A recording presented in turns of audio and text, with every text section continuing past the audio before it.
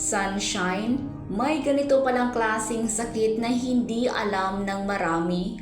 Bumuhos ang panalangin para sa veteran actress na si Sunshine Cruz. Maraming artista sa Pilipinas ang nakararanas ng seryosong sakit na walang agarang lunas na nakakaapekto sa kanilang trabaho at pang-araw-araw na buhay. Ang ilan sa kanila ay patuloy na lumalaban sa hamon ng kalusugan habang sinusubukan pa ring manatiling aktibo sa showbiz. Isa sa mga kilalang personalidad ngayon na nahaharap sa ganitong sitwasyon ay si Sunshine Cruz. Kilala si Sunshine bilang aktres at miyembro ng sikat na Cruz clan sa showbiz. Bukod sa kanyang karera sa pelikula at telebisyon, kilala rin siya bilang mapagmahal na single mother sa kanyang 3 anak na babae.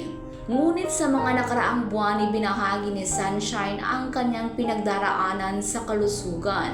Ayon sa kanya, nahaharap siya sa isang autoimmune disease na wala umanong lunas. Ayon kay Sunshine, ang kanyang sakit ay nagdudulot ng panghihina ng mga kalamnan at nerves. Tinatawag nga itong myasthenia gravis kung saan humaharang antibodies ng katawan sa signal na nagpapagalaw sa muscles. Dahil dito, paminsang nanghihina ang kanyang mga kalamnan lalo na lagi siyang gumagalaw at gumagaling lamang kapag nagpapahinga siya.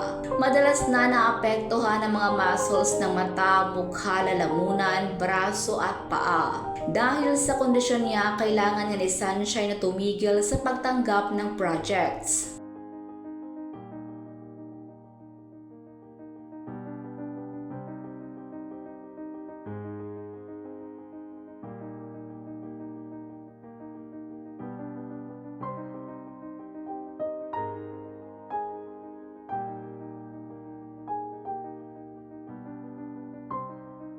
Dagdag pa niya, walang gamot para sa sakit na ito at mahalaga ang pag-iwas sa stress at puyat upang hindi lumala ang kondisyon.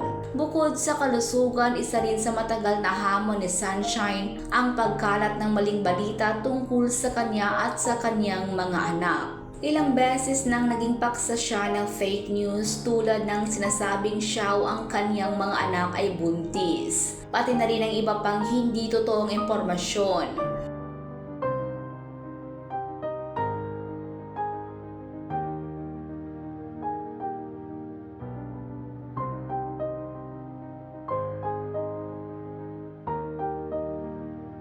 Ngunit ipinagkatiwala na lamang daw niya ang pag-aksyon sa mga maling balita sa kanyang abogado na si Attorney Bonito Alintahan.